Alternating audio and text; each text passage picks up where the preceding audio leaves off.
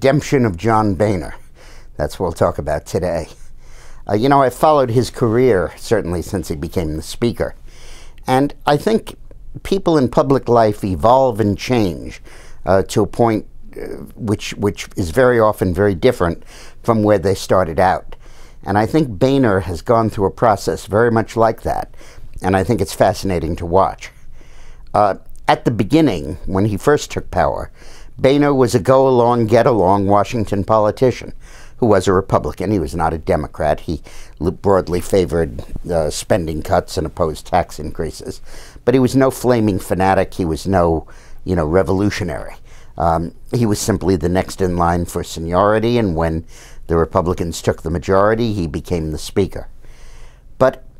And then, as he went through the early moves, the continuing resolution fight of 2011, where I felt he was very weak and accepted a very bad deal, and then the debt limit fight of August of 2011, where he was much better. He stood up, he got $1 trillion of budget cuts passed, and he didn't let Obama extend the debt limit without paying a price in spending cuts.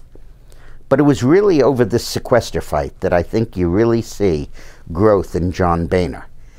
He finally has met a president who is so doctrinaire, so dogmatic, so much not a politician, not prepared to deal, someone who is so arrogant and set in his ways that he has no choice but to move to the right and to become more vigorous and voluble in his opposition. He kind of has no choice but to join the Tea Party because he's seen that Obama's drawing a line where you're either way over left with him or you're a revolutionary opposing him. It's one of the big reasons why I became a Republican. I used to think of myself as a conservative Democrat. But with Obama, there is no such thing. You're either a Pelosi, Reid, Obama Democrat or you're a Republican. And in Boehner's case, you're either one of them or you're moving over to the militant ranks of the Republican Party, the so-called Tea Party members. And I think push came to shove during the sequester fight. And really was a question of whether Boehner was going to stand for principle or whether he was going to go along in some kind of compromise.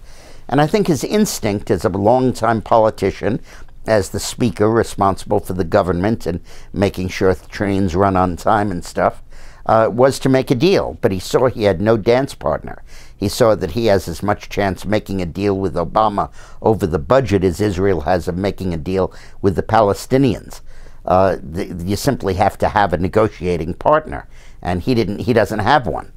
And I think that Boehner has now moved increasingly to a point where he could have been a sort of coalition speaker using Democrats and some Republicans to govern. I think he's eschewed that path wisely. And I think now he's with his majority of the Republican congressmen, and he's standing there, and he's standing very firmly.